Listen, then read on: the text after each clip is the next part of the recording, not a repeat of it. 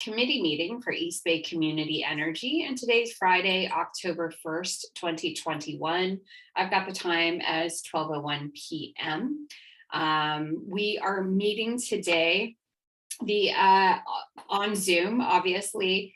The Brown Act waivers given by executive order by the governor have expired. That happened on September 30th. So we're now operating under AB 361, whereby the Board of EBCE will confirm that there is still an emergency related to the state declared emergency. So we'll do that every 30 days, excuse me, as a board, as long as we need to keep everyone safe. So with that, I will turn it over to our clerk to please call the roll. Great, thank you very much.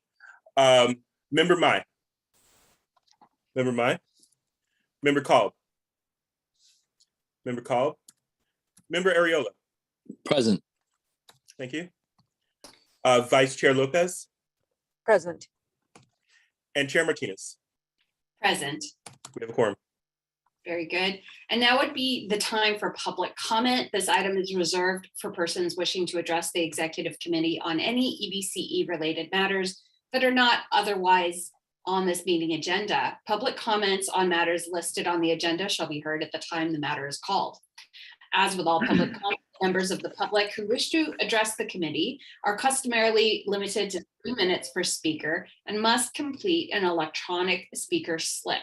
The executive committee chair may increase or decrease the time allotted to each speaker. And I'll first check in with our clerk to see if anyone has submitted electronic comment or whether anyone has submitted a speaker slip. Yes, we have one submitted speaker slip from Audrey Ichinose. And if anyone else would like to speak, if you could use the raise hand feature, we can recognize you that way as well. Very good. And if you're calling in, go ahead and press *9 and that'll raise your hand in Zoom. But Audrey, you'll have 3 minutes. Thank you. Thank you. Good morning.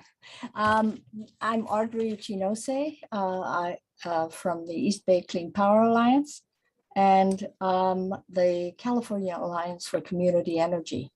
And it is not on, this item is not, it's not an item on the agenda, but I wish to call the board's attention to a letter sent to the governor and the PUC by the San Diego Community Power, which I guess behind EBCE and Los Angeles County is, right up there as one of the largest CCAs. So this letter asks the governor to support a very strong NEM 3.0 rate in the current proceedings.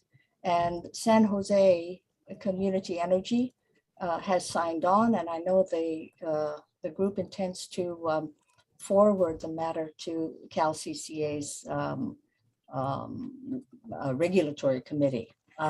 So I just, since this came out after the CAC meeting last week, I wanted to make sure that the board and the wider board, the executive board and the wider board, know that this is this letter has been sent, and ask you all to consider signing on to this letter.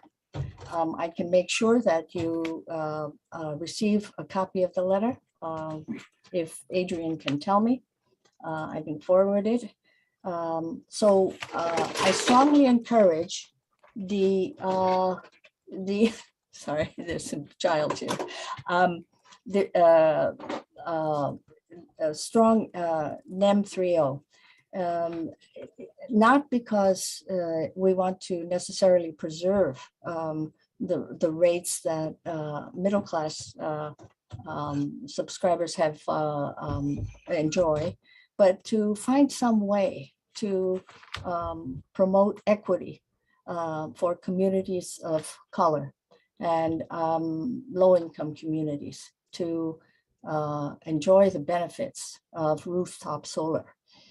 You know that in the last legislative session, AB 1139 was defeated And the IOU's very paltry argument that rooftop solar negatively impacts these communities and benefits richer folk was defeated. It will come back.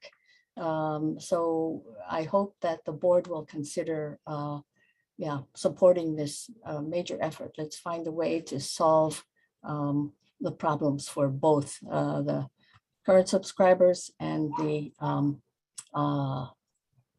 communities that of color. Thanks very much. Thank you, Audrey. And if you would like the full board to see that letter that everyone signed on to, yes, please do send it on to our clerk, Adrian Bankhead, and he can distribute that to the full board. Adrian, has anyone else submitted a speaker card? And I do see there's Dan Kalb is in the attendees list and needs to be promoted. Great, I've promoted Member Kalb, and there are no further speaker slips or raised hands at this time. Very good. Well, that will bring us to our chair election. And I've had the pleasure of serving as the chair of this committee for over 2 years now. And I'm very pleased to be able to turn the reins over to one of my capable colleagues. As has been our custom, the vice chair of the board has been able to serve as the executive committee chair. And I think it's a really good proving ground for that person to get acclimated with working with staff and all of the very important issues that we deal with. So with the board's indulgence, I will recognize Member Kalb. Oh, you're on mute, Dan. Oh, there we go. Thank you, Madam Chair. I'm happy to nominate Karina Lopez to be chair of the Executive Committee of EBCE. Very good. We have a nomination for Karina Lopez. Does anyone else want to speak to this? I am happy to make a Member Ariola. Hi, I'll just go ahead and second that motion.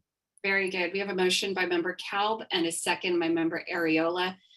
Can we check to see if there's anyone who wishes to make public comment on this item, or if anyone has submitted a speaker slip?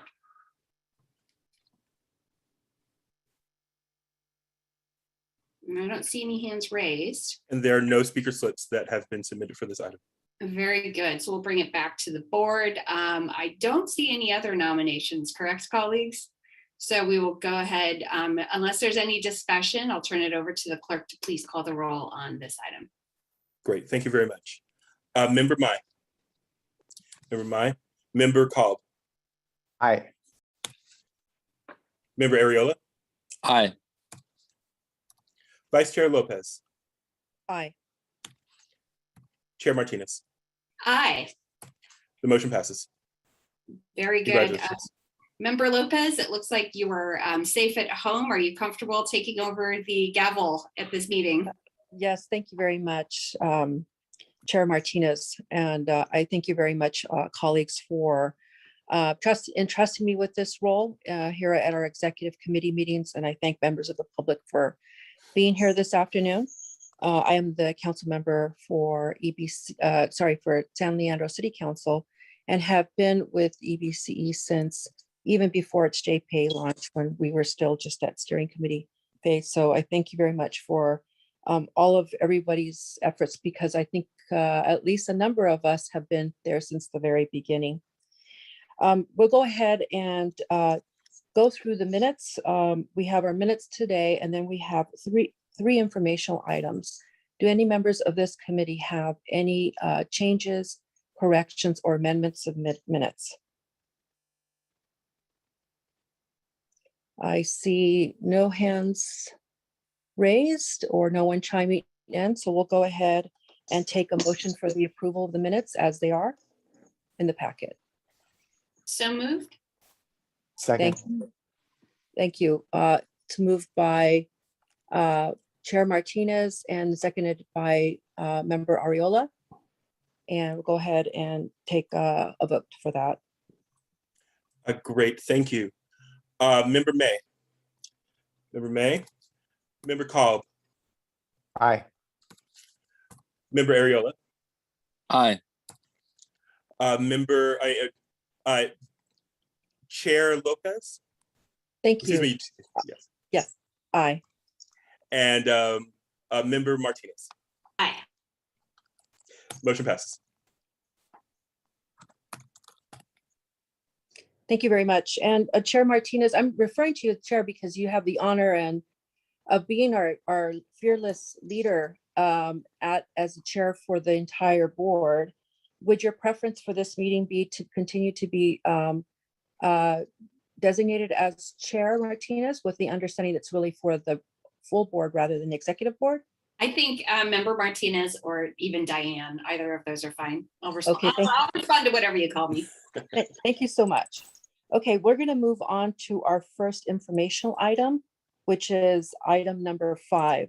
And how I'll be running these meetings is that we'll have the informational item followed by any clarifying questions by our committee members, followed by public comment. And I'll keep with Member Martinez's 3 minutes for today. And then after that, we'll have discussion, and then and we will not be having any votes on our informational items because they are as such. Thank you. So we'll go ahead and go with item 5, enhancing EBCE staffing competitiveness and resiliency. And I'll cede the floor over to staff. Thank you very much, Chair Lopez. This is Nick Chasson, and I will be presenting this item. Okay, just open it up. Oh gosh.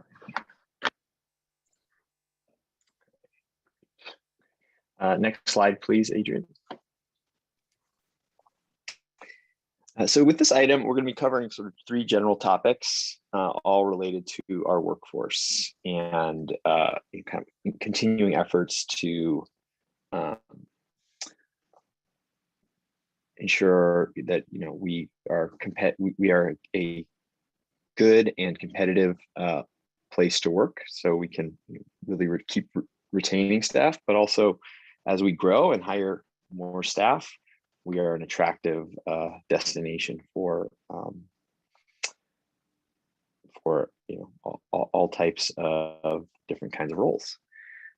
So as a starting point, I wanted to share that, and this is something that we had talked about in 2020 with the board, but East Bay Community Energy participated in a multi-CCA effort with the consulting firm Mercer to benchmark our salaries and total compensation against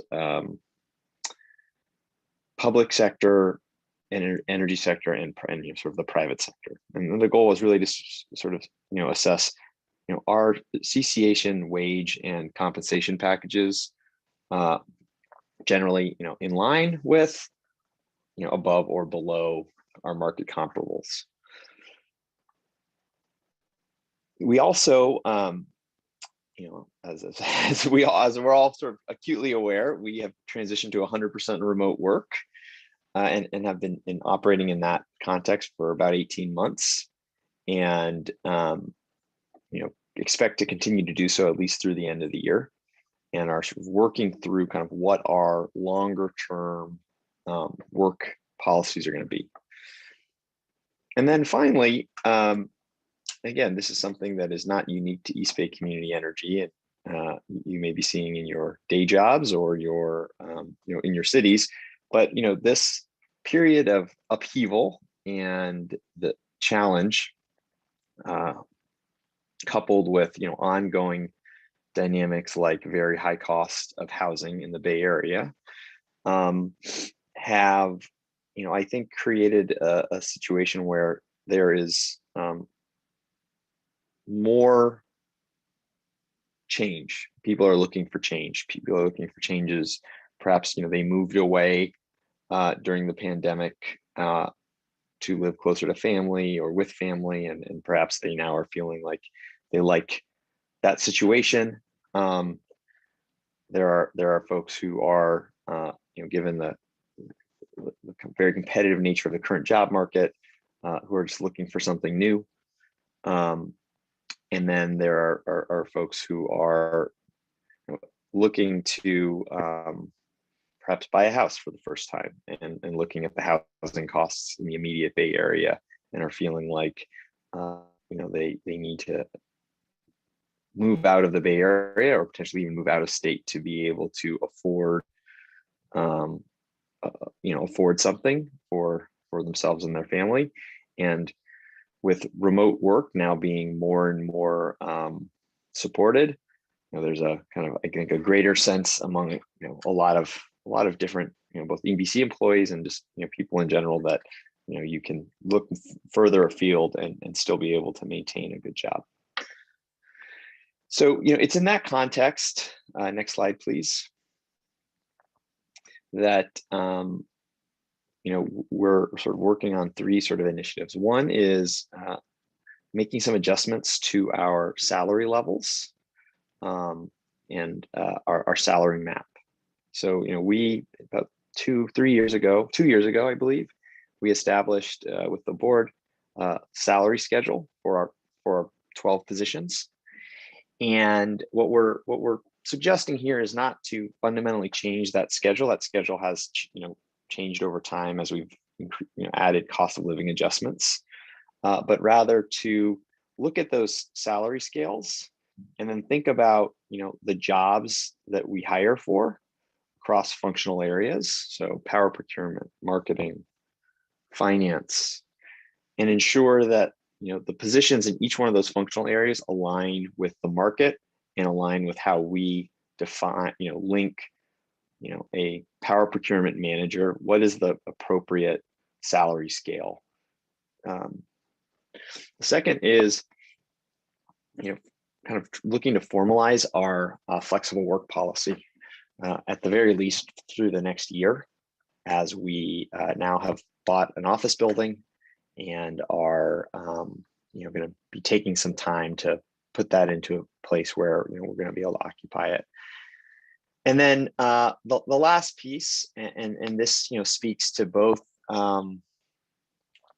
what we've seen in terms of a higher relative level of turnover in our workforce, but also the fact that as more staff move away or are seeking to move away, it does create some incremental risk that they may decide that they have moved out of state, but now they want to work in person. And so there's some incremental risk of attrition there as well.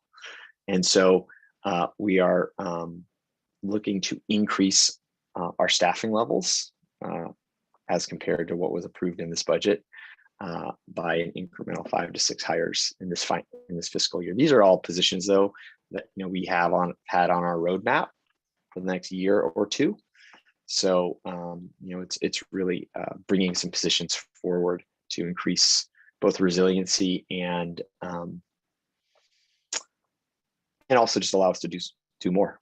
So I'm going to speak to the Mercer study first, and so next slide, please. So on behalf of the 5 CCAs, Mercer studied the compensation packages of 27 specific CCA jobs.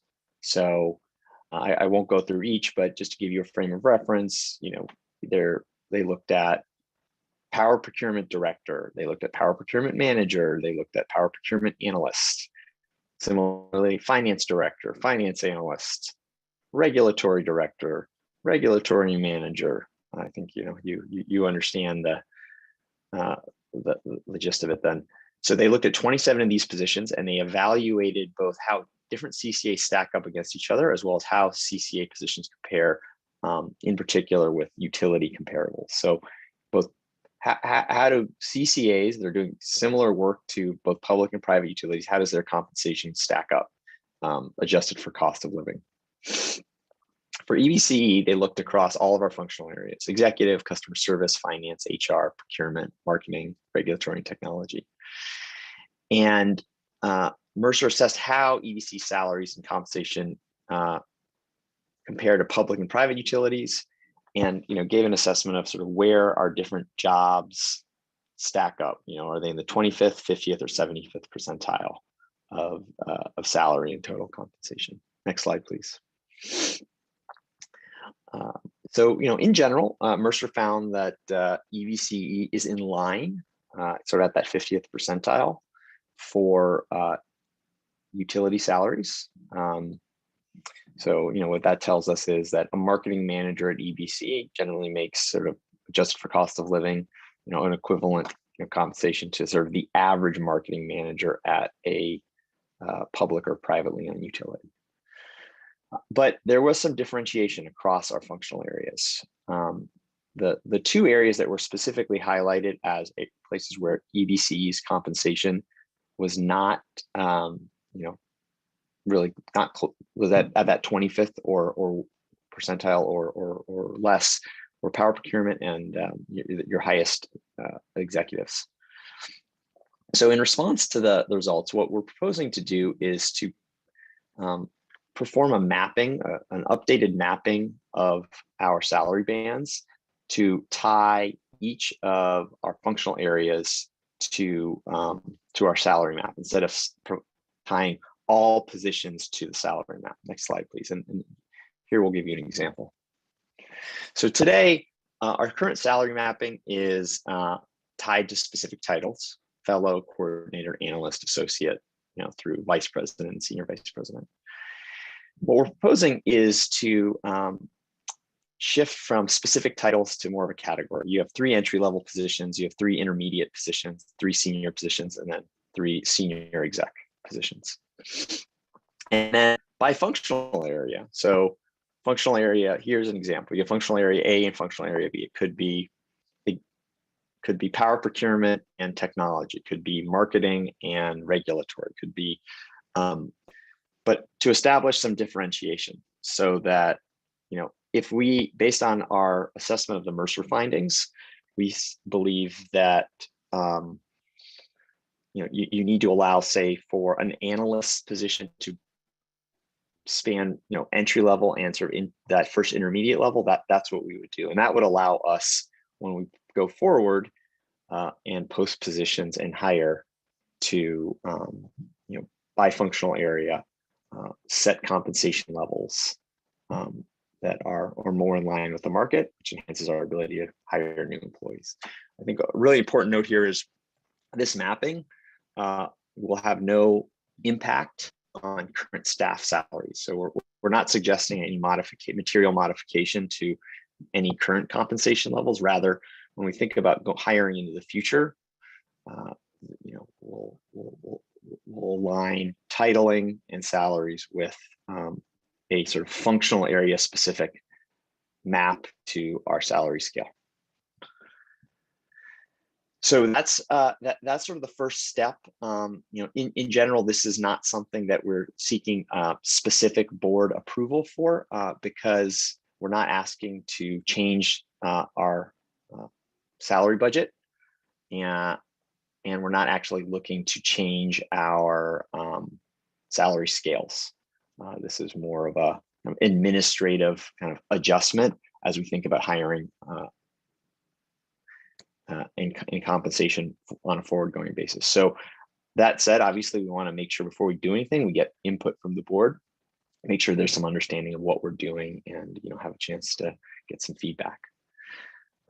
So next is what is developing our long-term flexible work policy.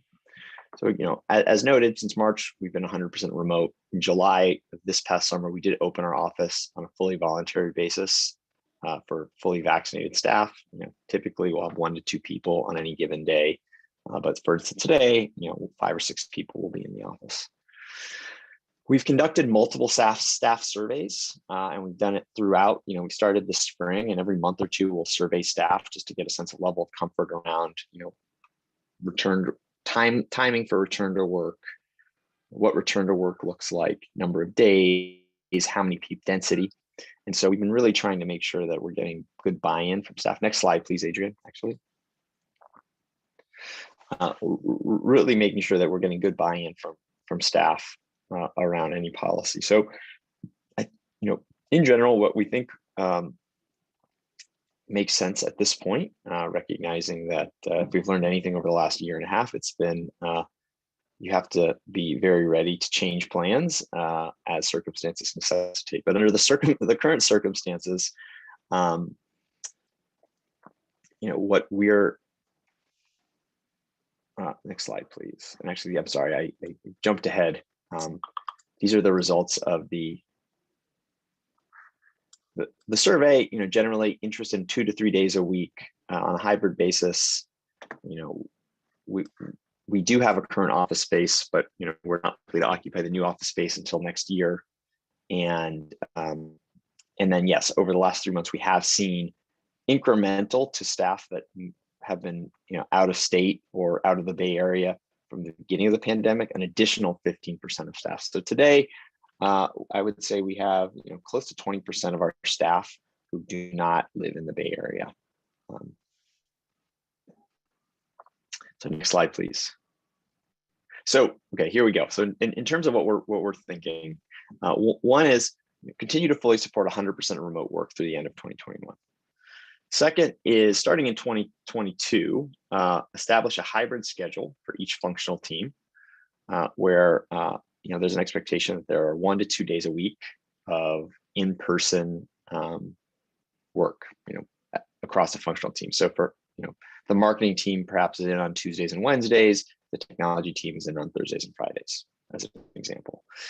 Recognizing that there's going to need to be one, coordination to ensure that we're not experiencing overcrowding in the office, and two, that there's going to have to be kind of exceptions made, particularly for staff who have moved away. And that gets to sort of the next aspect of this, which is we are thinking we'd like to support 100% remote work, both for existing and new EBC hires, on a case-by-case basis. So basically, if there's somebody who's seeking to move away, or we're looking to hire somebody who would like remote work, that's something that needs to be evaluated, not just by the hiring manager, but needs to be approved by me as well, just to ensure that it's we're taking into account all the situation where we're just having employees who are all remote. We want to be in person first, and particularly once we start occupying our new office building, we really do want to try to have very regular in-person collaboration. Part of that in-person collaboration, though, is going to be regular all hands meetings, say every 6 to 8 weeks, an all-day or 2-day retreat, and so that is our proposal around long-term flexible work policies. And so then the final element is just increasing our workforce resilience and capacity. So before, through 2020, we had only had one staff member leave to pursue another opportunity. So we had done a really great job of hiring and retaining staff. We've, small sample size, but we're a small agency. But this year in 2020, we've already seen 3 voluntary resignations, and then as I mentioned earlier, 5 requests to support long-term remote work due to moving outside of the Bay Area. So that's 20% plus of our workforce that either has left or is seeking to move away. And so what that has really made us think about is what is our staffing plan? And when we brought forward our 2021-2022 staffing plan in the budget, it was largely developed in Q1 2021. And I don't think we had fully internalized some of the dynamics that we're seeing, that we've really started to see over the last 6 months. So, with that in mind, as a small agency, with a very large important mandate and a very high revenue to employee ratio, I don't know if there's a lot of public agencies or companies, for that matter, that can say they have a $10 or $15 million revenue to staff ratio. So that's just I think that's something that's always really important to note when you think about our workforce is, you know,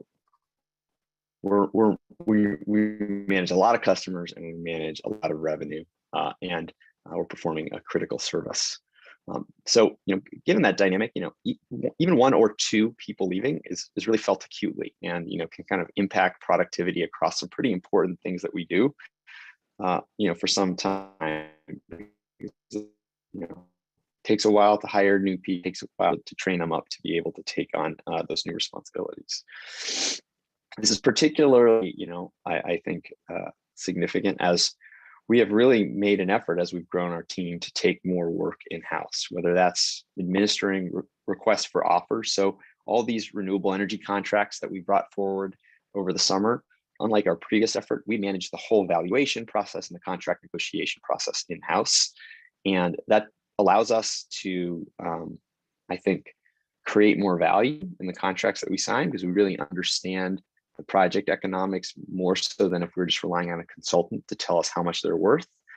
But it also highlights the need to have a robust team to be able to continue to do that work, even if somebody moves away or leaves the agency. So in our 21-22 budget, we were approved for 9 new hires. To date, positions have been filled, but as I mentioned, we've had two group staff leave as well. So that leaves us with 8 open positions to hire for. And I'm sorry, next slide, please. This one gets to a bit of an eye chart, so there's a lot here. So what we're proposing, and this is something that we, based on feedback today, would like to bring forward to our October board meeting, is to add an incremental 6 positions to the 9 that were already included in the budget. So that would take us to the ability to hire 15 new staff. Each of these positions is being added in a functional area where they will both be able to take on incremental work. So, you know, this is work that needs to be done. Next slide, please, Adrian. So they're taking on responsibilities that, you know, are currently, you know, perhaps not being given the attention they need, or would be taking on sort of new projects that we feel are important to pursue, but we just haven't had the internal resources to pursue, or projects that are currently being outsourced. But these positions also provide depth. So to the degree that, you know, there is future attrition, you know, adding these 6 positions will give us a bench of staff who are in a position to seamlessly take over some of the responsibilities that were being worked on by the staff person who may have left.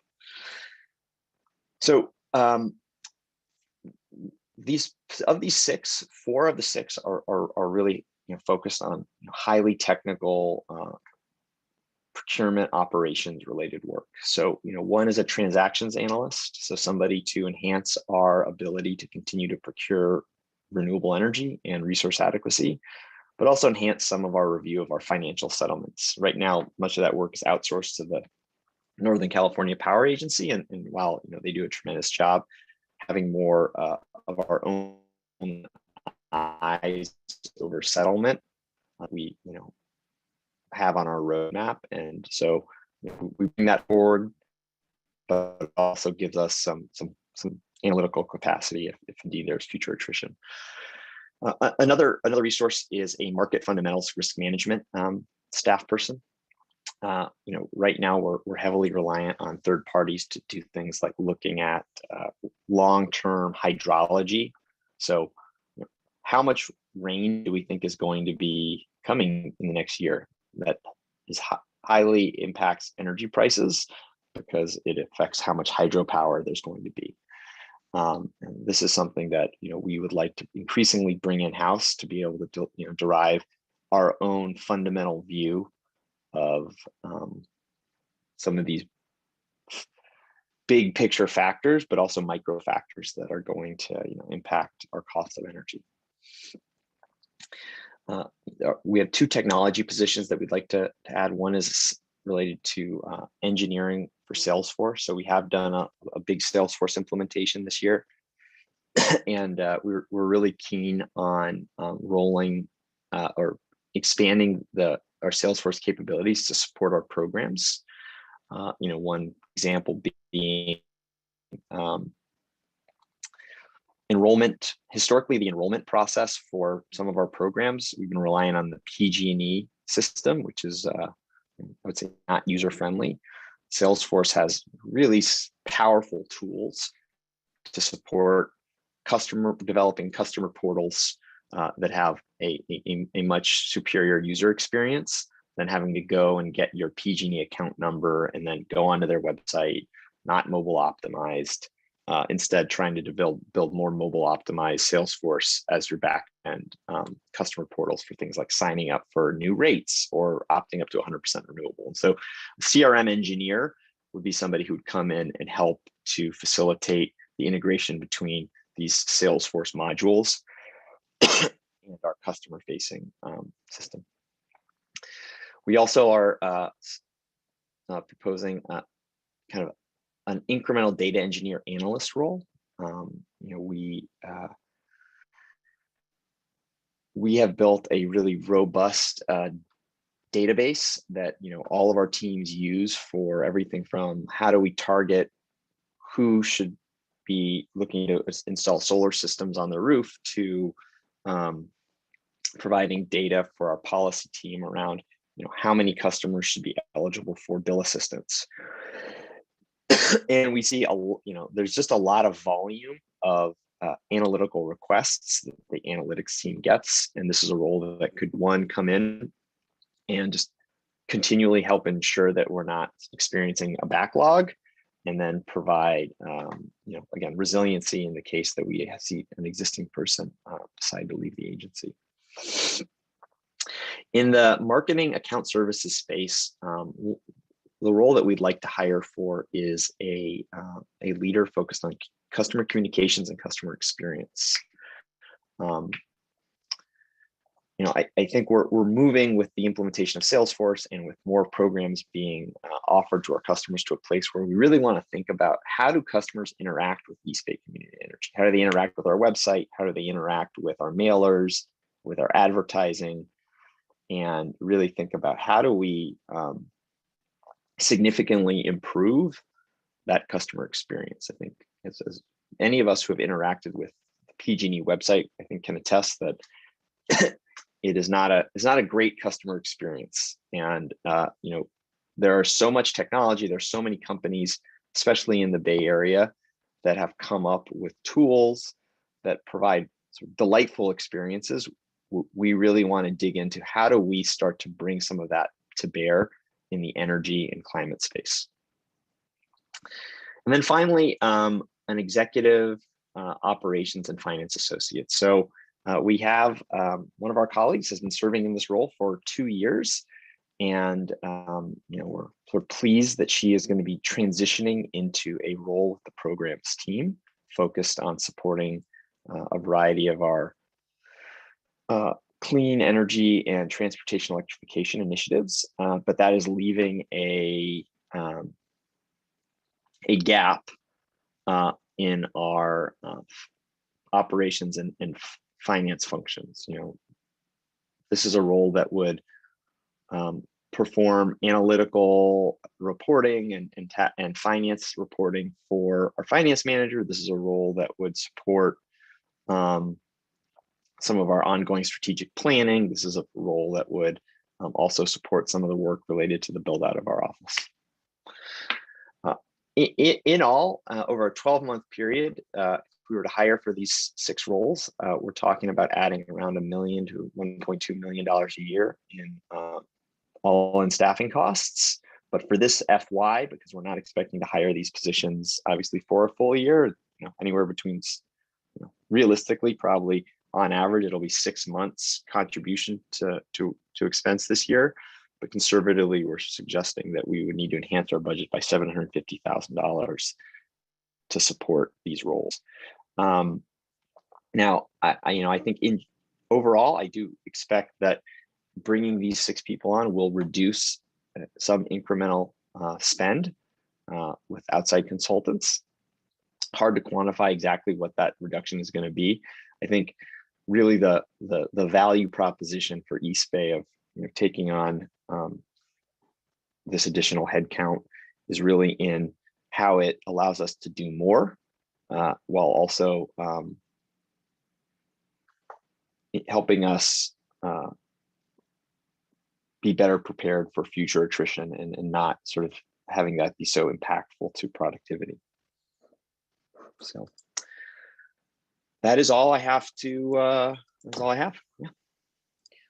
Thank you very much, CEO. I wanted to check in with my committee members for any clarifying questions at this point. And Member Martinez, I see your hand raised. Thank you. Thanks, Nick, for the presentation. I know we had discussed all of these topics offline, but I was just wondering, first of all, for the salary mapping, are you going to come forward to the board with any specific changes that will happen in terms of changes either in title or changes to salaries for the individual positions, or do you have just will you provide a memo to say like this is the overall effect of this changed salary mapping? I think we would provide a memo that would summarize the overall effect in the presentation. And then is anyone going to experience kind of a step back on their title while they maintain the same salary? I'm just wondering what the consequences of these changes are. No, so there will be no change in titling or compensation or there will be no step back from titling or compensation for existing staff. There may be some staff who experience a step up. Because as we've done our competitive analysis, we feel like those positions are actually undercompensated relative to market. Okay. And then as it pertains to let's see,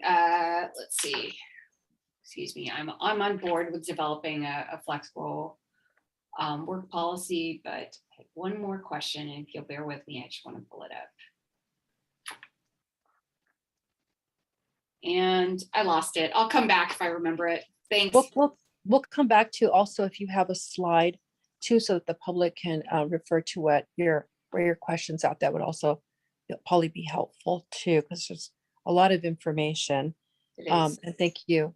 Are there any other further clarifying questions?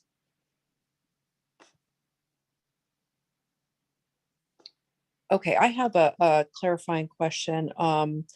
In terms of in slide 11, at the very bottom, when you're looking at potentially expanding the budget to 750,000 for 2 quarters of the year potentially, that last bullet slide, the last bullet point. Are you going to be asking the board for a revision to our present budget to do that? Yes. Okay. Do you have a time frame for when that would happen? Yeah, I think our expectation would be to bring that forward in October. Oh, okay. So very soon. Thank you. And then the other question I have is more generally, and this is something that, is in terms of the distributed team model that you're looking to have.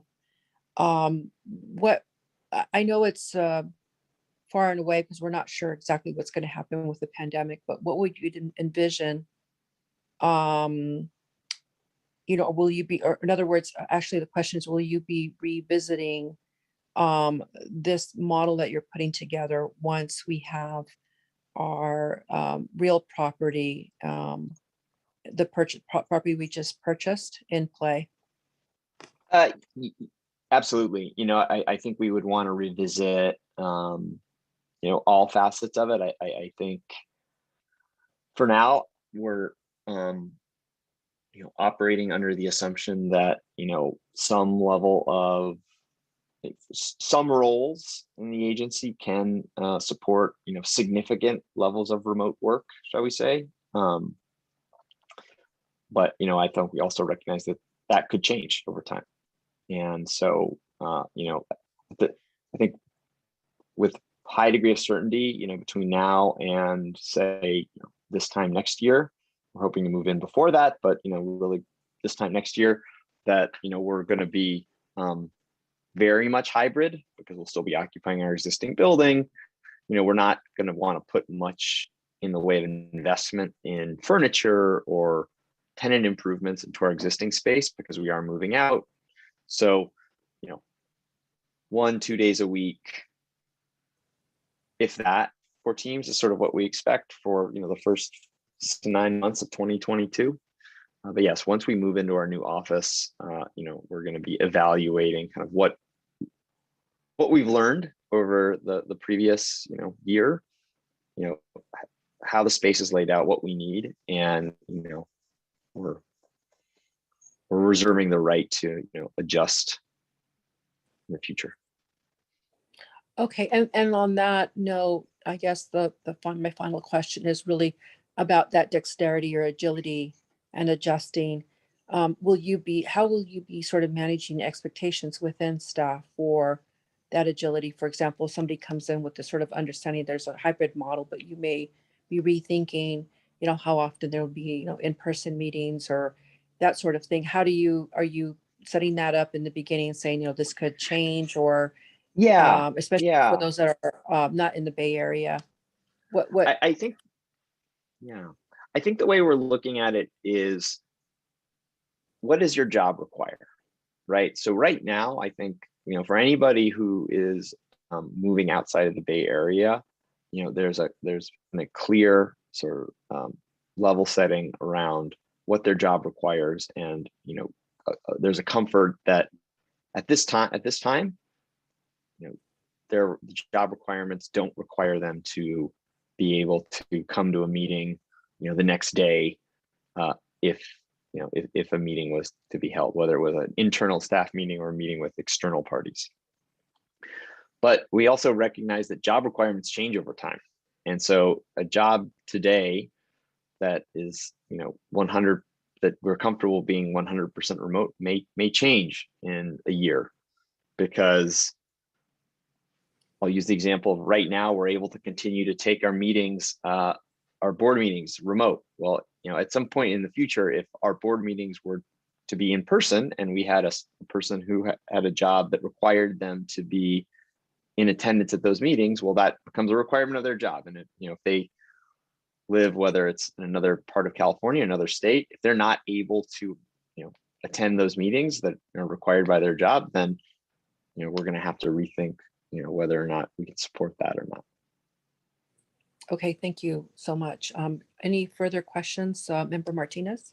Thank you. I just remembered my question because I wrote it down. I just lost it in my notes. In regards to the unfilled positions that we have that are under our current approved staffing plan, Nick, can you remind me if we have anyone who is a backstop for our clerk? I just want to make sure that that's an area where we have some redundancy and support. That's who we deal with as a board.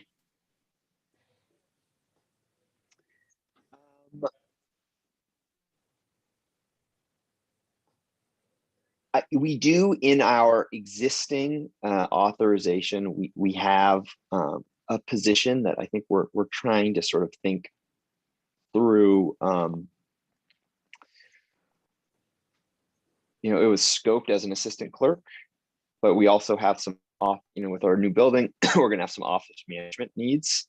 Sure. So, I think we likely will land at some sort of a hybrid office manager, assistant clerk, which worked quite well for us, actually, because that was what brought us Adrian. And so, yes. Yep. Yeah, no, and I just want to make sure that we're, that we have at least that same flexibility and ability to have someone supportive in that role, especially, it's if we do come back to a hybrid world where there are some online meetings or online components for in-person meetings, and it might be good to have 1.5 FTE applied to that area. But thank you. Yeah. Thank you very much. So we will turn this over to any public comment.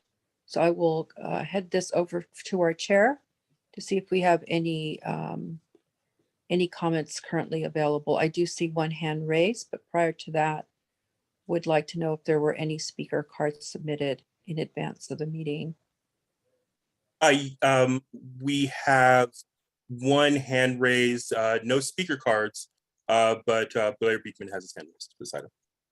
Thank you very much. So the chair will recognize B. Beekman, please, for, I think we'll go ahead and do 3 minutes. Thank you. Thank you. Hi, Blair Beekman here. Thanks for the meeting. I thought I did submit a card for this item and for the upcoming items as well.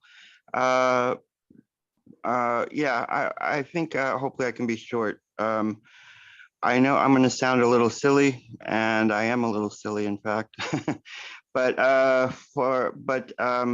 you know, it's important to myself that we be considering the ideas of how to be open to the many different subsidy plans that are available through the EBCE, and for employees to be aware of those plans and to know how to be open and accessible about sharing those ideas with customers.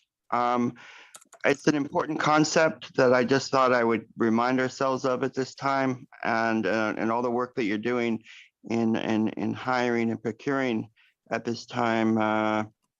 Yeah, just a reminder that to make, you know, the process accessible to the customer and understandable, easily understandable to the customer, that's important, you know, and to not get lost in the double talk and double speak. And it's good practices that's where the innovation is. It's just the heart to heart, you know, good communication with each other and with you know, the people who will be using these good new practices. That's what's so important. Thank you. Good luck in your local procurement plans and ideas that can use renewable at this time. I think it's a very good plan how to prepare for the next few years. Because I've been trying to learn how to describe. It's my personal feeling that we may there may be upcoming natural disaster preparedness things to be considering in the next few years, and local renewable energy procurement is a great plan that can, you know, prepare us before and then after natural disaster things. It's just a better way to work. It's more, it can bring out our better selves before and after difficult situations. Thank you for that. And thank you. I learned that there's subsidy plans available for people who are like new to this country and who have a certain immigration status. So there's many subsidy plans available. Good luck in the good ways to be open with these ideas. And thanks incredibly for your efforts that you guys can make sometimes. Thanks.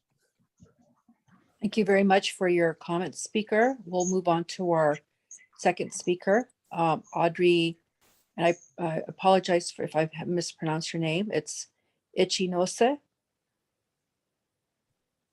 Good. That was a good effort. Thank you. It's Ichinose. I hadn't planned to speak, and actually, I want to clarify my point of view. You know, I am not really sensitive as Vic is to the stresses and strains in the organization as it relates to workflow and getting jobs done, making good decisions, etc. I think my comments are to be appreciated from my position outside, from the public perception. And one thing that really stands out is that in the future, there might be a great contradiction between EBCE's commitment to local development, local economy, local job development, and the willingness to entertain employees who spend most of their time outside Alameda County. And I don't mean to be vindictive about it, but I think that might become an issue. We really want to promote local development, local jobs. And I think one of the things that gets in the way of hiring local people is, you know, living conditions. Local hires will face the same living conditions that current employees might face. And, you know, it would make, so I think it's good to appreciate that what local hires face when they, want to work at EBCE. My second point, and I have another one, but the second point is that I think it might behoove us to delay some in-house job development or bringing jobs in-house. And what struck me especially was Nick's mention of hydrology. Now, hydrology is really a pretty technical science, and being able to predict the droughts and we're much better off to depend on the scientific resources. I mean, we have great universities in this area. Let's use their expertise. The third point is that, I think we should take some time to let the shakeout really happen following the pandemic. We don't know really what's going to happen. And it could be that we return to some kind of in-person normal, that's good. One of the things that has kind of bothered me about EBCE outreach is that it is heavily digital. It's dependent on digital outreach. And, if conditions go back to in-person, some sort of in-person normal, we could reach people more in person. Sorry, Adrian. Yeah, and let me just make this one point. In-person normal, say tabling, that might be a future. So I just think it could be too early for us to make decisions Thank you. in this area. Thanks. Thank Sorry. you. Thank you very much, Speaker. I see no other hands raised, and Clerk, I'd like to confirm that you see no other hands raised nor have any cards submitted in the meantime. There have been no further cards submitted in the meantime. Thank you. So that closes our public comment for this informational item. Now turning back to my fellow committee members, is there any discussion on this topic? And I will look for any raised hands. I see no raised hands, so we will move on to our next topic, which is, let me go back to the agenda. Hold just a second. It was on the presentation. So our next item is LMI electrification program as an informational item. I want to do a time check. So according to our agenda, basically I'd like to be able to keep these minutes to a time certain so that our committee members, our staff, and our public know that they can kind of count on these executive committee meetings to end at a particular time. So my goal is to try to end by 2:00 today. So we'll go ahead and move on to that next item, item 6 on the agenda. And I'll turn it over to staff for the presentation. Thank you. Good afternoon. My name is Becky Menton. This is my first opportunity to address the board, so I'm very excited about this. And Welcome back. down at MCE for speaking very quickly, so I will make sure that we stay on task for the time frame. So I'm very excited today to talk to you about our initiative to get more funding and investment in building electrification for our low to moderate income communities here in EBCE service area. We can move to the next slide, Adrian. I wanted to start with a quick reminder about who our customer base is. Out of all of EBCE's accounts, 91% of our accounts are residential customers, and fully 62.5% of those are multifamily, with 53% being homeowners, meaning conversely, that we have a very high proportion of renters within our service area as well. 22% of our customers are on the care rate. I will remind you that the care rate is a very low income qualifying rate. That means you have to be at 200% of federal poverty level, which I just looked this up today for a family of 4. That's $53,000 a year in annual salary for a family of 4. So these are very low income customers, 22% of them in our service area. In addition to that, almost 10% of our community members live in what is classified as a top 25% disadvantaged community. These are census tract designations that represent high ambient air pollution, high environmental air pollution, as well as low poverty. So these are really our frontline communities that exist in our service area. We can move to the next slide, please. So why might we be speaking about electrifying homes within this service area? There's two main points I really want to highlight about the benefits of building electrification. The first one speaks to the clean and healthiness of these homes. If you consider it, combusting natural gas in your home is similar to having a car tailpipe that is in your home. And this is even more pronounced in areas like the kitchen, where you're bending over your stove and cooking. Imagine if you're in a disadvantaged community, an area that's defined in part by high environmental pollution. Opening your window to ventilate those gases that are combusting inside your home isn't always a good option for you. Another thing I want to point out is the affordability.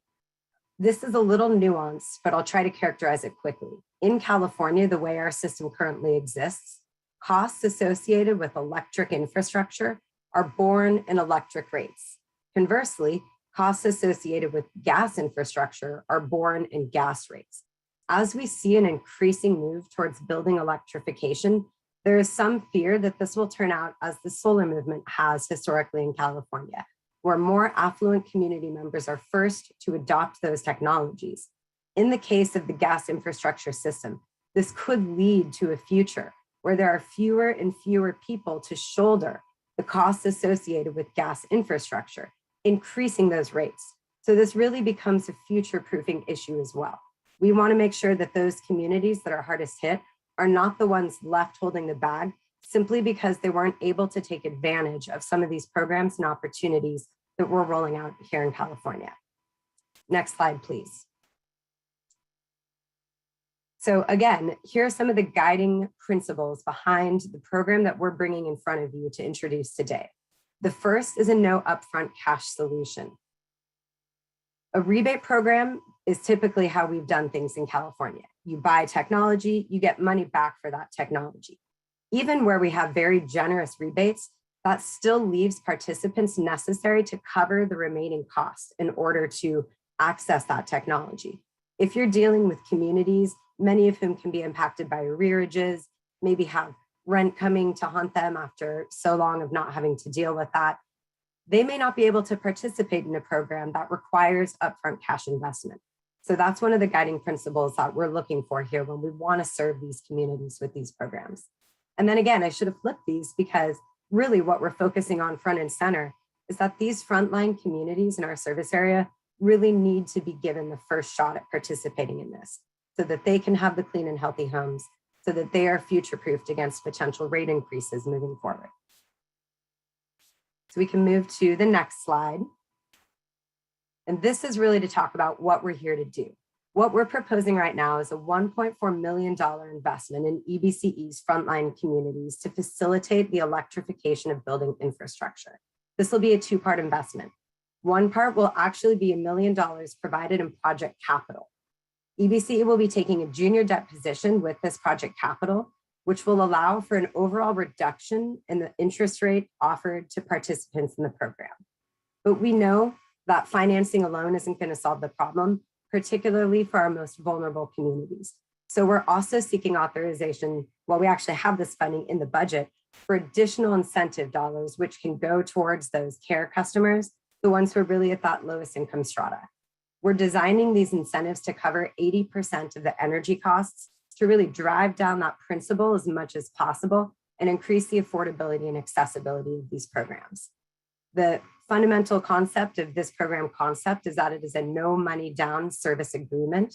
It is a financing form that lasts for over 15 years.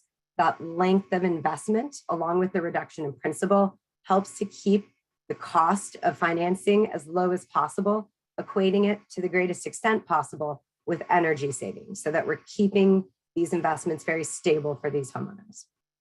This will also be a highly leveraged investment. I mentioned that our investment will come in the junior capital position. It will be leveraged 4-to-1, possibly more, against funding offered by a company called Block Power. And we'll be stacking those incentives with other incentives that are available throughout the region. For example, the tech program, which is offering incentives for electrification technologies on a rebate basis to drive down that initial project capital as much, or the initial project investment as much as possible. I want to pause for a moment and introduce a company called Block Power. Grace Park Bradbury was very gracious to join us today. She's the COO, and she can speak a little bit more about the organization that we're seeking to partner with on this program. So Adrian, you can move it to the next slide, and Grace, you can take it from here. Becky, thank you very much for the intro, and thanks everyone for having me here. Block Power is a company that is working to deliver cleaner, greener, healthier homes for all. We are based in Brooklyn and have been in operation for about 8 years. And we have recently launched and expanded in Oakland, California, as well as San Luis Obispo and some places in Los Angeles as well. We absolutely target low and moderate income communities. It is a focus for us in terms of electrification. And though we are not purists, we are absolutely looking to reduce carbon and bring healthier air to the homes that we electrify. We also have a tech platform that is separate from this project that we are having here with EBCE, but that is how we help target and identify and convert prospects. And we are looking to continue to grow, especially in Oakland, where I am based. Next slide, please. So this is very much a conversation about both environmental justice and climate justice, as well as health equity. As mentioned before, as Becky mentioned before, when you're talking about burning fossil fuels within the building envelope, it is introducing particulate pollution into the home. As part of our electrification efforts, we are also involved in active remediation and weatherization so that the homes are electrification ready. The starting line for many of the customers that we deal with is well before where middle-class families start off with. And so the additional investments in infrastructure, in supporting and addressing deferred maintenance is critical to get folks up to speed and deliver the healthy homes that they need to thrive as well. Part of that involves HEPA filters, UVC lights, proper air ventilation. Again, as Becky mentioned, not everywhere has the opportunity to open up a window and get fresh air. Sometimes you're bringing in more pollution as well. And specifically in addressing low and moderate income communities, you really do have to have a financing solution that does not incur any upfront costs. So many of our customers, we work to deliver our services within range of their actual energy savings so that it feels relatively neutral to their current operating costs, their current bills. That's not always possible given the extent to which, again, deferred maintenance, all the capital improvements we have to make these homes available for electrification technologies. But that is where partners such as EBCE come in, where in acknowledging that there are more efforts, more dollars necessary to get folks to the starting line, we are looking to address that in a very targeted manner. Next slide, please. As we mentioned, in New York, where we have about 8 years of experience working on over 1,000 buildings, and here in Oakland, where we are in construction or completing our first 7, we have very much continued to iterate on our model, and we are delivering a financial offer to the customers that involves 0 down and a 15-year term, including maintenance and operations, repairs included. This is to make sure that we are ensuring that the equipment performs as expected and delivers the clean electrified technology, clean air and electrified technology that we promise. We have an expansive underwriting process where we're not just taking in the FICO score, which is often eliminates many folks who are otherwise able to pay. So we take a more holistic underwriting approach. And very importantly, for low and moderate income communities that are, many of whom are still reeling from some of the predatory market excesses of programs like PACE. I'm actually not against PACE. I just recognize that PACE has been wielded in bad ways. We do not take a lien on the home, which is an important qualifier for many of our customers as well. Next slide, please. And so a big part of this slide actually starts to go into kind of the ecosystem that we have worked to foster in this past year that we've been working with our local partners. We have a local partner, Revalue, who Mark Hall, the principal, actually worked at the City of Oakland for almost a decade and is now working to foster an ecosystem of not just building owners and homeowners who want to improve their homes, but also, speaking back to previous comments about workforce, to foster the community of minority and women-owned businesses that can employ minority and women construction workers into electrifying and remediating the homes of their neighbors. So Mark has been assiduously recruiting contractors into the Bay Ren program so they can take advantage of the official structures through how rebates are processed. And we are working together to make sure that those contractors have a steady stream of jobs at which they can employ the workforce graduates that we are also working with Cypress Mandela to train and foster and bring through the program. We are seeking many other program dollars to help expand this model, including with the Tech Quick Start grants, as well as with the Bay Area Air Quality Management District and the West Oakland Environmental Indicators Project. All of those are in the works, though I shouldn't speak ahead of what we have in hand. But I think that speaks to the recognition that it will take a community effort to really get this off the ground, and it really needs to reflect the values of the community as well. So we have seen that living wage jobs are a huge selling point for many of the customers that who literally recognize their neighbors working on their homes. And that quote from Dahlia Moody, a Black female entrepreneur contractor who has had a previous career as a communications tech executive, she is adamant that you have to provide consistent work, not just the training, to make sure that folks are able to continue to improve upon their craft and have a steady source of income upon which to build wealth as well. So having met with some of her workers on some of our sites here in Oakland, I'm thrilled to say that we've learned a ton. We continue to learn. There are always some mistakes that you make along the way, but everyone in the community has been incredibly generous with each other and with really just thrilled and full of pride to be delivering both health and clean energy to their neighbors and friends. I think that's the last of the block power slides. So thank you very much, Becky. Great, and we just have one more slide to sort of summarize again the informational item here. Great, so again, the concept here, Block Power delivers a very unique offering in that they have a no upfront cost finance solution targeted for low to moderate income customers. We really appreciated the fact that they focus not just on those electrification and energy efficiency benefits, but on the deferred maintenance that you frequently encounter when entering some of these homes where customers have not had access to capital to address improvements that have needed to happen.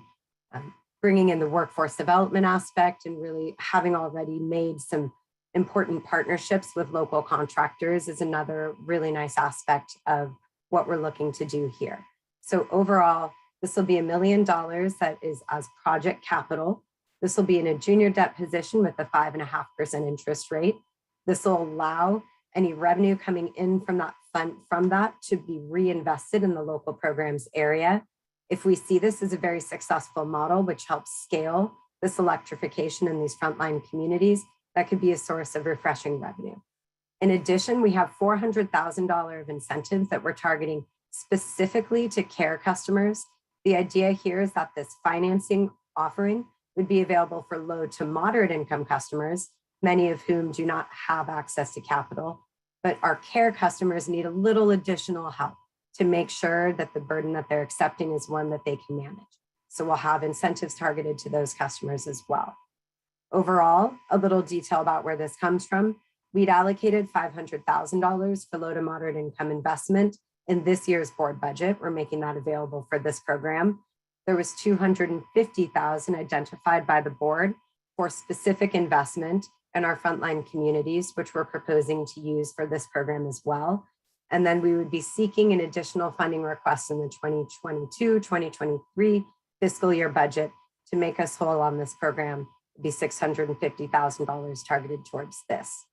This would be a program working directly with Block Power. They're unique in this market. I haven't found another ESCO Energy Services Company delivery model that's specifically targeting the low to moderate income sector, and that incorporates the workforce development aspects as well. We would be initially seeking for the first year 70 customers to actually improve their homes for these energy efficiency and electrification investments. And we will be bringing this item back as an action item in the October board meeting, assuming executive committee agrees. And with that, I'm happy to answer questions from the public or the board. Thank you very much.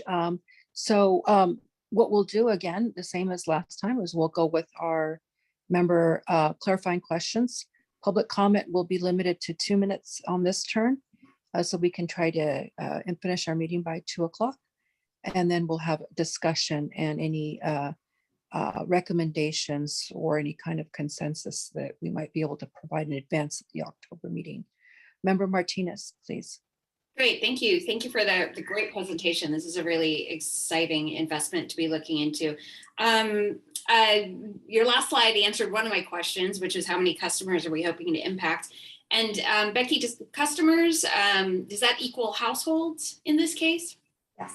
Okay, great. And then if we were to continue this program year over year, would we be targeting around 70 households each year? And what do subsequent investments look like, you know, seeing that we could be getting a return with that 5.5% interest rate? Like, what are we just creating a fund that will kind of move on in perpetuity, or are we going to be asked to make future investments to keep everything rolling?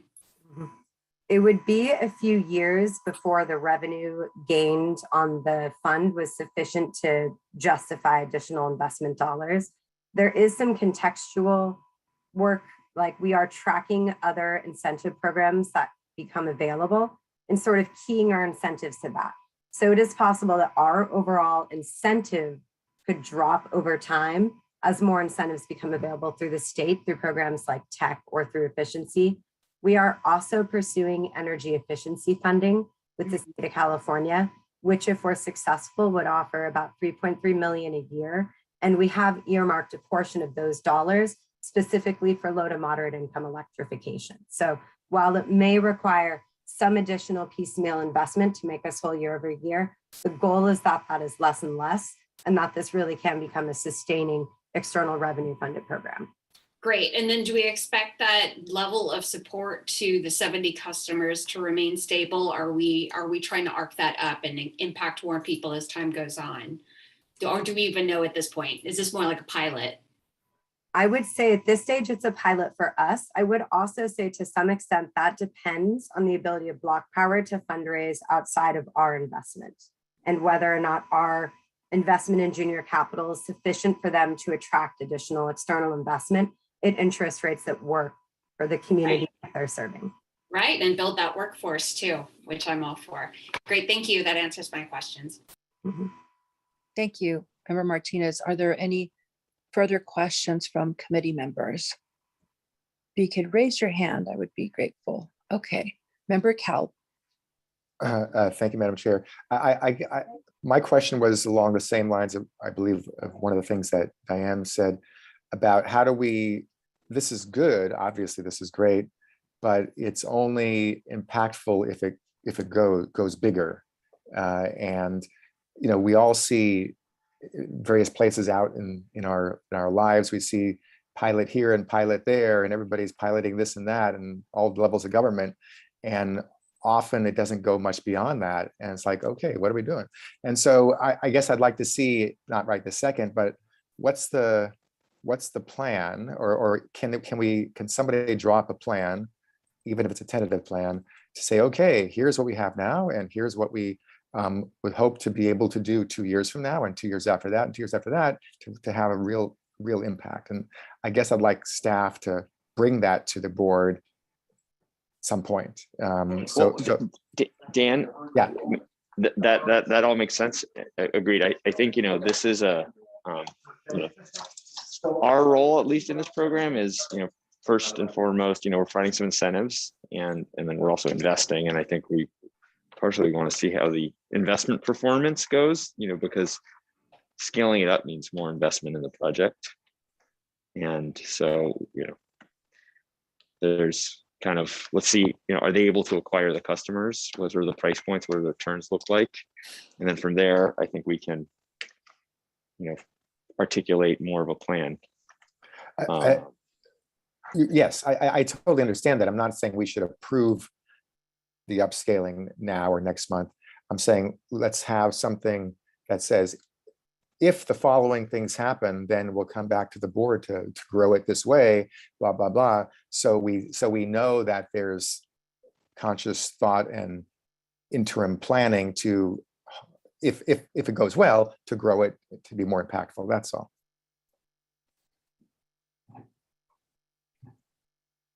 Okay, does that conclude your question, Member Kelp?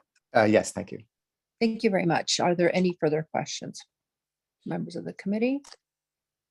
Seeing none, we'll go ahead and turn over to public comment.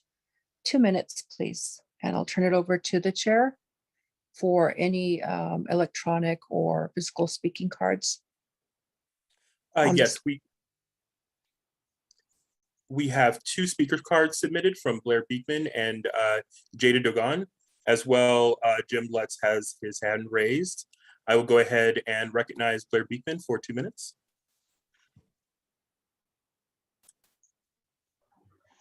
Hi, Blair Beekman here. Thank you for this program. It sounds really interesting. I'll very much be liking to learn how to read more about it, and or to read more about it. And yeah, so thank you for it, and good luck in your efforts with this program. Okay. Thank you, clerk. The next person, please. Yes, Jada Dogon, I am going to recognize for 2 minutes. Hi, Jada Dogan with the local Clean Energy Alliance and East Bay Clean Power Alliance. We would like to thank the LDBP staff for this proposal.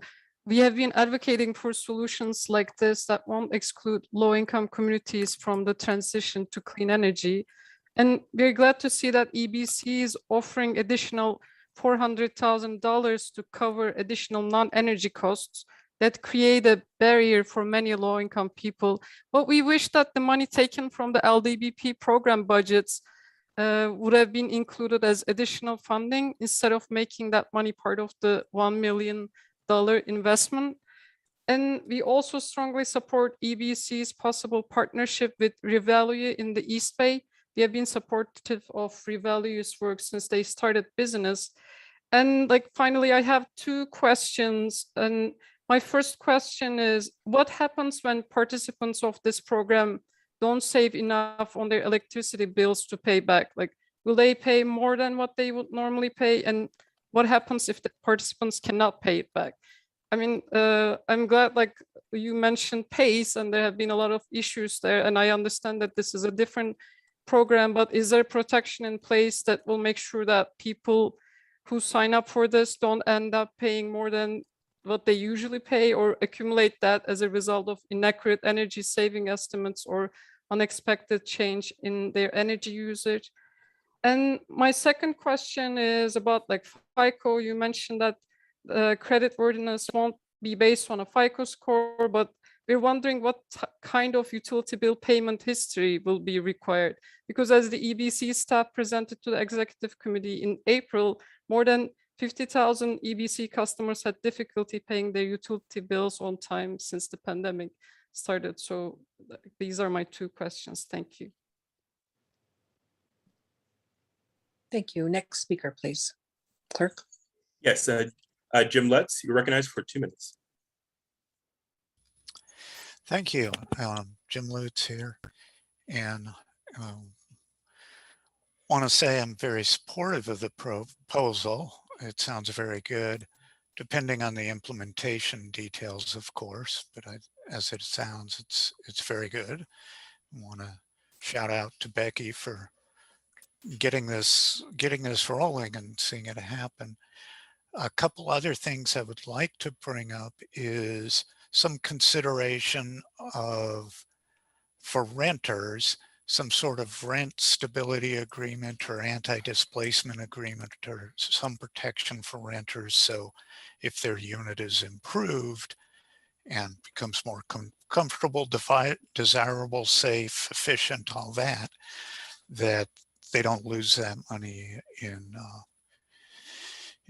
rent increases, and that while the updates are being done, they aren't kicked out and then can't afford to move back in. I'd like to see those covered as well.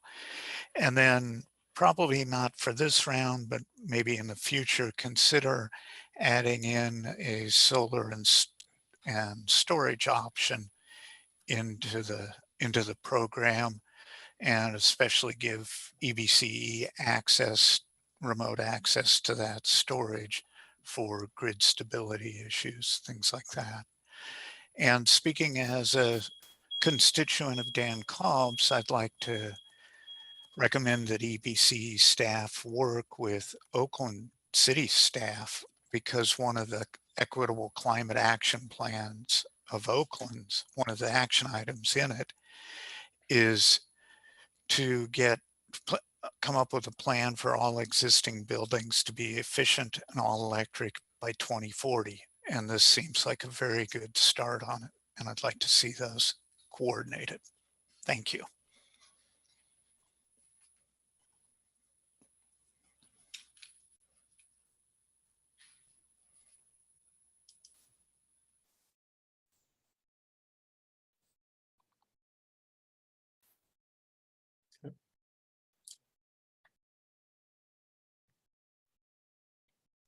Okay, I don't see any further speakers on my screen.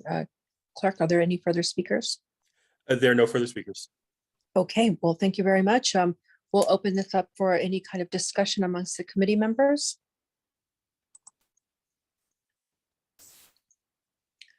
I'll go ahead and start then. I'm very excited for this. I think this is fantastic. I share Member Kalb's eagerness to want to see it ramped up already. Certainly 70, I'm sure that'll be oversubscribed with the marketing that I'm sure will come with this. And, given the wide reach in our service area geographically, it comes at a good time. It allows all folks to participate in our solutions that we envision here on our board. And I'm very glad for this topic. Are there any further comments or discussion amongst my members? None, seeing none. Okay, we'll go ahead and move on to the next item. That's item 7, the community solar update, also an informational item. Hi, everyone. I'm Samantha Weaver. I'm the program manager for EBCE's Connected Communities program. And this community solar program falls under that portfolio. I'll be giving, I think, a short update today so that we can adhere to the time frame. Let's go ahead and go to the next slide, please. Here's just an overview of the agenda. I'll provide an update or an overview on what this program is, since it's pretty multi-layered and highly structured. Then I'll just talk about the current status and the next steps ahead. So as an introduction to this program, this community solar program was created by the Public Utilities Commission in 2018. And it's actually 2 distinct community solar programs called the Disadvantaged Communities Green Tariff and the Community Solar Green Tariff programs. These were designed to promote development of renewable generation in underserved communities. And as part of this decision, CCAs, including EBCE, are permitted to serve as program administrators. So EBCE filed what's called an advice letter with the CPUC in 2020 and was granted the necessary approvals in June of this year to be a program administrator for the program. As part of that, we must conduct a competitive request for offers process to procure community solar projects. We also receive funding from the state's public purpose program funds for this program, for the administration of it. In terms of what these programs offer, the key benefit is that both programs allow low-income customers, so those defined as being CARE or FARA eligible, who live in a disadvantaged community. And I think Becky's presentation did a good job characterizing this population. But again, disadvantaged communities are defined geographically by the state as communities most impacted by pollution and other socioeconomic factors. So this program allows those customers to receive 100% solar energy at a 20% discount on their electric bills. And that's on top of their existing CARE or FARA discounts. That said, the key difference between the two programs is that the community solar green tariff program requires a community sponsor to serve, to help us with outreach for the project and ensure that the project conforms with sites that the community would like to see. The program will also result in projects that are located within 5 miles of the community served. So again, community is the key word in thinking about that program. So the table here below shows, I think, emphasizes the structured nature of this program and also kind of shows a comparison and contrast to put a finer point on that. In terms of program size, this is the program size that EBCE has been allocated by the Public Utilities Commission. So for the DAC Green Tariff Program, we've been allocated 5.7 megawatts, which will serve about 1,600 customers. For the Community Solar Green Tariff Program, we've been allocated 1.6 megawatts, which we think can serve about 450 customers. And this allocation is based on the portion of customers who live in disadvantaged communities. In terms of where the project must be located, again, the project itself must be in a disadvantaged community that's in EBCE service area. On the Community Solar Green Tariff Program side of things, the project must also be within 5 miles of the customers it serves. Who can participate? So participants can include residential customers who are CARE or FARA eligible and who live in a disadvantaged community. Again, the Community Solar Program changes this a little bit. The Community Solar Green Tariff Program allows 50% of the customers enrolled to not be CARE or FARA eligible. And again, those customers must live within 5 miles of the project and also in a disadvantaged community. There are a couple of other program requirements I wanted to mention. These include workforce development. So project bidders who bid into our RFO are required to include a workforce development plan. And once again, the Community Solar Green Tariff Program also will require that the project have a community sponsor. Both programs also have different customer enrollment mechanics. So the DAC Green Tariff Program allows customers to be automatically enrolled. The Community Solar Green Tariff Program relies on what you traditionally think of when you think of enrollment and outreach. So manual enrollment requires more door-to-door campaigns and things like that. Yeah, I shouldn't say door-to-door, but more high-touch types of outreach. We could go to the next slide. So now I'll just give a status update on both programs separately, again, because they are so different. So there are 2 key features of the DAC Green Tariff Program that allows us to offer the program and the 20% discount this year, rather than waiting for solar projects to be built. And as we've discussed in other contexts, given the pandemic context, we know that customers are struggling to pay their bills. So we wanted to make sure to get this going as soon as we can. And so those 2 key features are, one, the program allows the use of interim resources. What is an interim resource? It's an already existing solar project that meets the program's eligibility requirements. EBCE does not currently have an agreement with a project that meets those eligibility criteria. So what we've done is procured interim resources from MCE to enable us to offer this discount this year. Again, while we wait for our DAC GT project to come online or to be built. The second key feature is that the program allows for automatic enrollment. So what that means operationally is that starting this month, I'm excited to say that EBCE will begin enrolling 1,600 customers into this program, and will serve them on an interim basis with solar energy from this interim resource. To that end, we've randomly selected from within each of our member cities customers for automatic enrollment from among those who are eligible. And again, those are CARE and FARA customers living in disadvantaged communities. And the number of program spots in that allocation is proportional to the total number of eligible customers in each city. And again, the reason for that is that that's the way our program capacity allocation was determined by the CPUC initially. So customers will begin seeing information about this soon. Starting at the end of October, customers will see that additional 20% discount appear on their bills. And again, that's on top of any existing CARE or FARA discounts. We'll be sending out enrollment notifications as well as welcome packets to those customers. We're also evaluating strategies for ongoing communication about this program, so making sure customers understand the ongoing benefits, so the bill savings, the solar energy generated, and things like that. So there's more to come on that ongoing communication side. If you go to the next slide, please. In terms of where things stand with the second program, so again, here we're not talking about using interim resources or don't have the option to automatically enroll customers.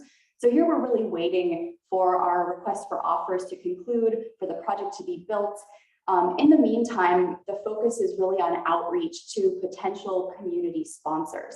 As I said in the overview section, this program requires that a community-based organization, which could include a nonprofit, a local government agency, or a school, serves as a sponsor of the project. So the key benefit to sponsorship includes the ability to receive funding for outreach-related work. Organizations that meet the same eligibility criteria as customers, meaning they live, or in this case, are headquartered in a disadvantaged community, can also receive the 20% electricity bill discount. So to this end, we've held several information sessions, as well as a matchmaking event or a meet and greet, so that prospective sponsors can meet with solar project developers.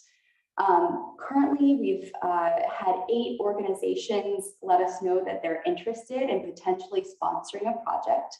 And those organizations are included here. They're also on our website. And in terms of timeline, we're expecting that sponsors will start assisting with enrollment and outreach beginning in 2022 for this program. We could go to the next slide, please. All right, this is my final slide. So in terms of next steps, our procurement solicitation for both of these projects is currently open. In October, we'll receive notices of intent from solar project developers. And that's a really key point in the timeline, because then we'll know where geographically are these solar projects likely to be. And that'll help us pair solar project developers with sponsors, as well as think about which customers we might want to start conducting outreach to. Once again, this is a competitive RFO. We'll be signing power purchase agreements for these community solar projects. We expect to bring a short list of offers or a recommendation, depending on how many bids we receive, for board approval sometime in the first quarter of 2022.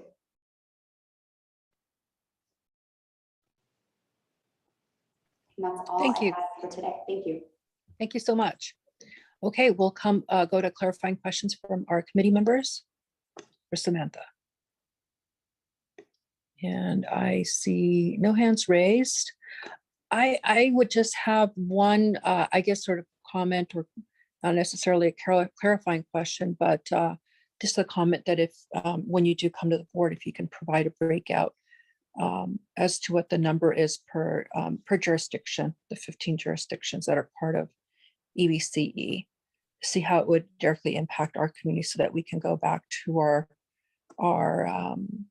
our colleagues within our city councils, for example, and report back out. That would be very good and useful information. Thank you. Okay, I'll go ahead and go.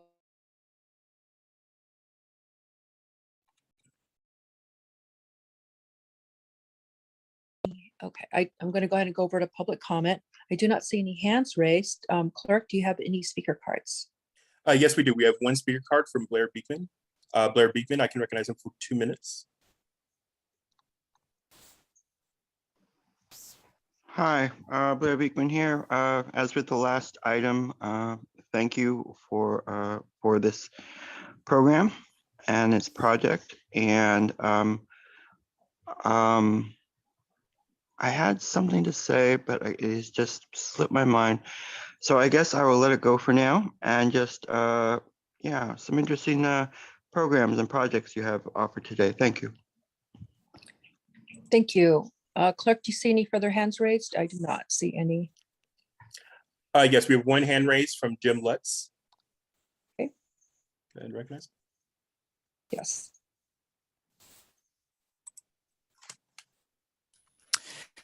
Yeah, Jim Lutz again, Local Clean Energy Alliance as well. I'd like to commend EBCE and Samantha for all the work of getting through all the hoops to actually run a PUC program like this. And even though it will help some customers, it's probably sort of disappointing. It doesn't directly address issues of equity, resilience, or local business development directly, but it will help some customers.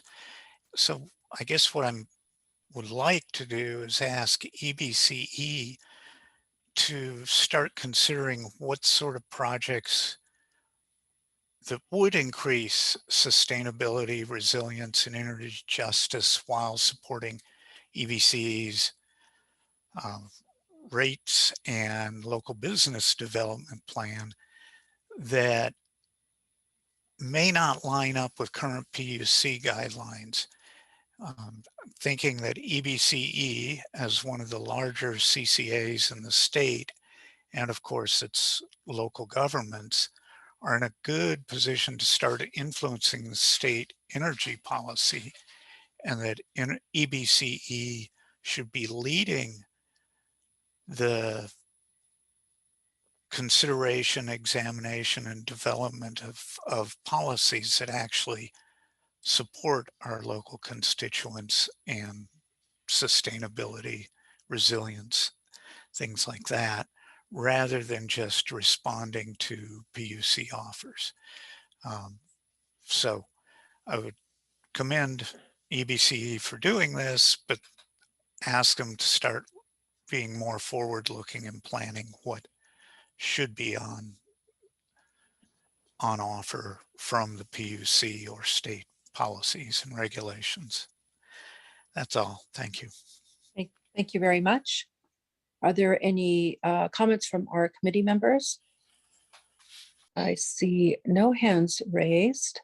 So that concludes our public comment as well as our comment and discussion by our committee. So that comes to our next item, which is item 8, and that is the committee member and staff announcements, including request to place future items on agenda. We have anybody here for this particular item? Okay, I see no hands raised. Then that leads us to the end of our meeting. We're adjourned today at 1:45. Our next meeting will be on Friday, October 29th at noon. Thank you.